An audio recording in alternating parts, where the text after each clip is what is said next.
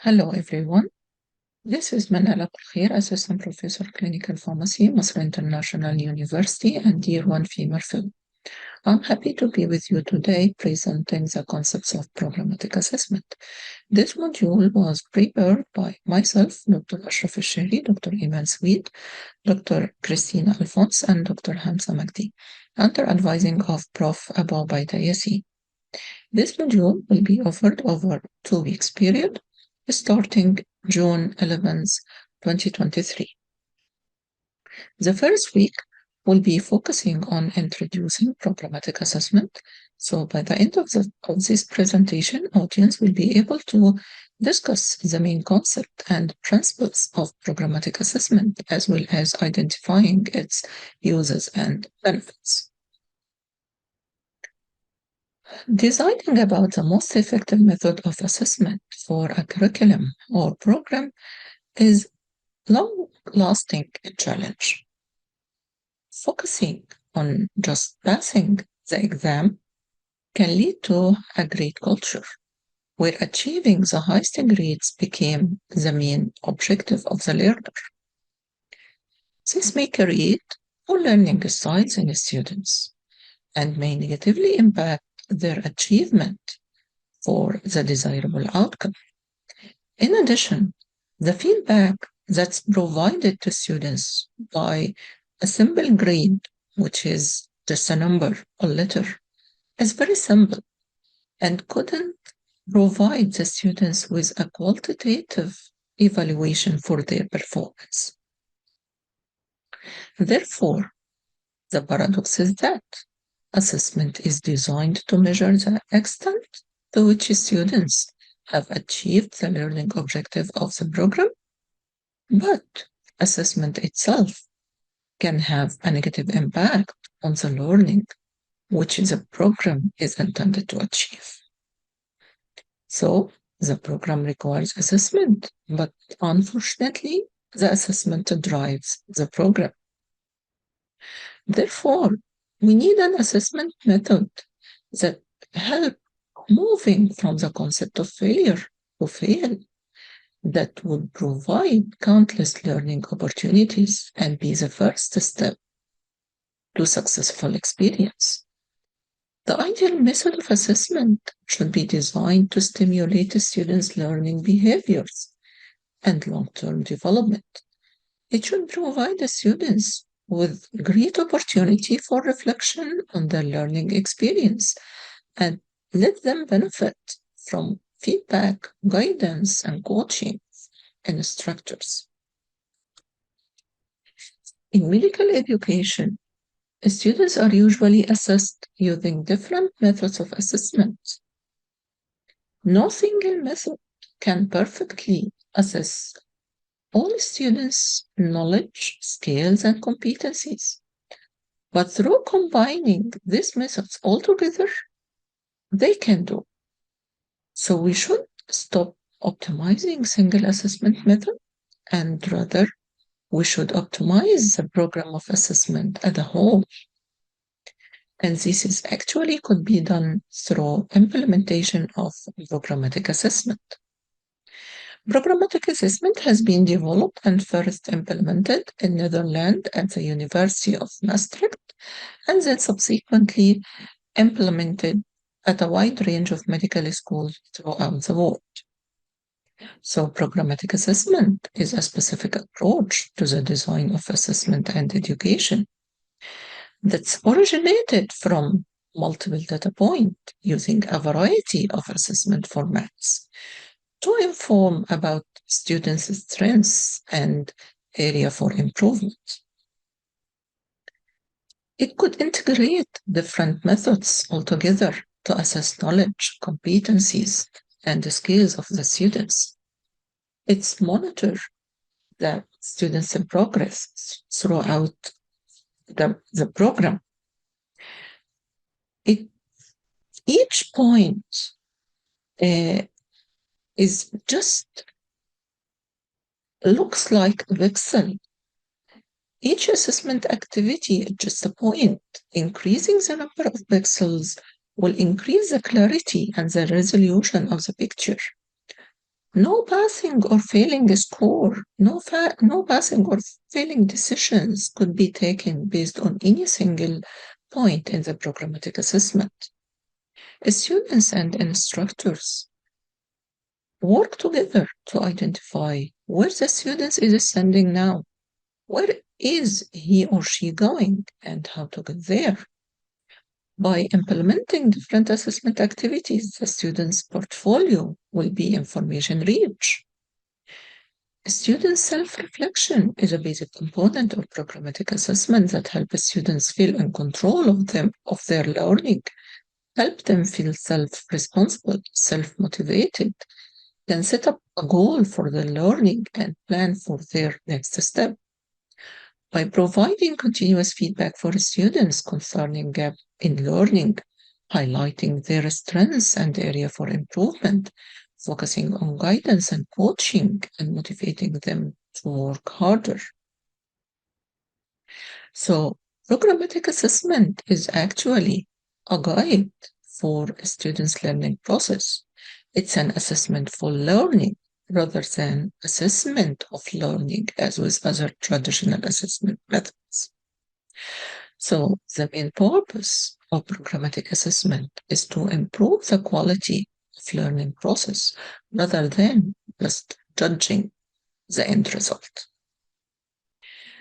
So the ultimate goal of programmatic assessment is optimizing the learning and the decision-making process.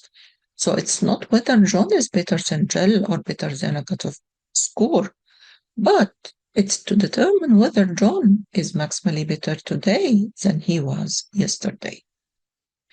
Now I'm leaving the stage for my colleague, Dr. Iman, to talk with you in more depth about principles of programmatic assessment.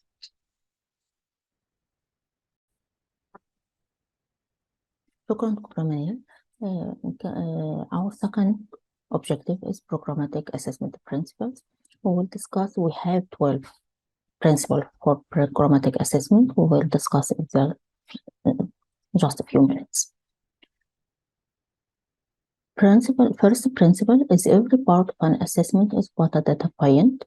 Second principle is every data point is optimized for learning by giving meaningful feedback to the learner, while the third principle is pass-fail decisions aren't given on a single data point.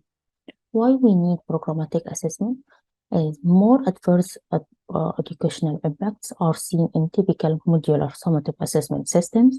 Also, it has been found that feedback can be ignored in some traditional assessment systems. The fourth principle is there is a mix of methods of assessment, while the fifth principle is choice of method depends on the educational justification for using this method, which covers the learning outcome. As we need this mix of methods of assessment, as there is limitation in single assessment method regarding validity, reliability. Also, single method of assessment may be cover one level of Miller pyramid or two levels. The sixth principle is the distinction between summative and formative is replaced by continuum of Stokes, while the seventh principle is decision-making or learner progress is proportionally related to the Stokes. In no Stokes assessment, we need in those Stokes assessment, the results have no or limited consequence for the learner in terms of pass or fail, while in high Stokes assessment or decision has important consequence as graduation or promotion. We could use a high Stokes decision based on a comprehensive end-of-year portfolio assessment. The eighth principle is assessment information triangulation across data points towards an appropriate framework.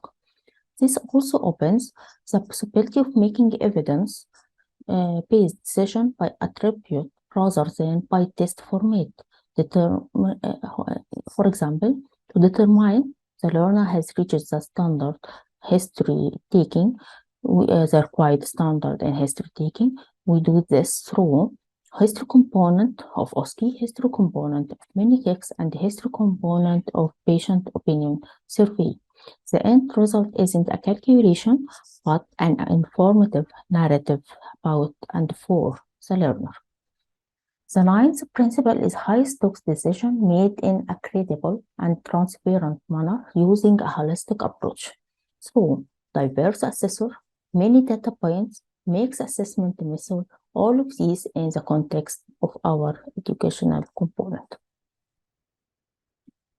To reach credibility, we need assessment committee of expertise using standard methods as rubric, justification for the decision, member checking procedure of the coach, mentor, and the learner, give learners the possibility to appeal to assessment decision. Van der Belton has said it's helpful to think of any measures that would stand up in court, such as factors that provide due process and procedure and expertise of the professional judgment. These usually lead to robust decisions that have credibility and can be trusted.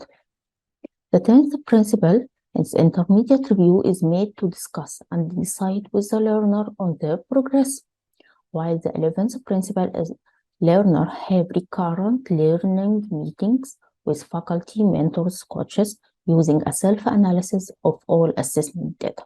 This need intermediate feedback based on fewer data points is to give a diagnostic message, how is the learner doing and what can be done. It's important that the learner is guided by a coach mentor. Feedback is most effective when it is a loop cyclic process involving a dialogue. Our last principle is programmatic assessment seeks to gradually increase the learning agency and accountability for their own learning through the learning being tailored to support individual learning priorities. To summarize, we can do this principle in 3 subtitles. First subtitle, continuous and meaningful feedback, which include principle number 1, 2, 10, 11, and 12.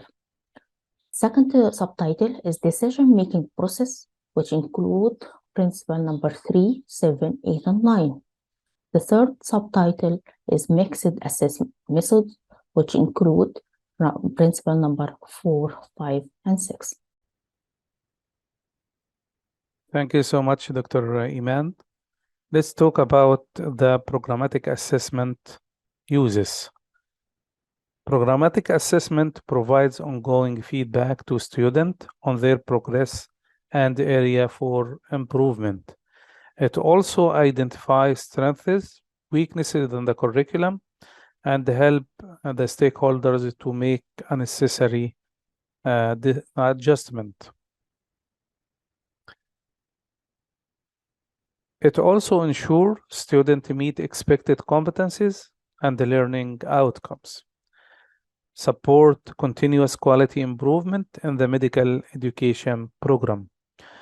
If we go to talk about the benefits for a student, it gives them insight into learning and the competency development, give multiple learning opportunities and the simultaneous assessment. The assessment is skills in all the 3 domains, cognitive, psychomotor, and affective. Also, the results shared with the student for self-assessment, and it gives them meaningful and constructive feedback for personal remediation and self-directed learning. For the faculty, it helps them for robust decision-making regarding the promotion or remediation of students. It also make a fulfillment of responsibilities to students and to the public, and it provides unbiased decision-making based on aggregated assessment results. Also, mastery of feedback giving, both qualitative and quantitative. These are our references for this presentation. I hope you enjoy it. Thank you so much.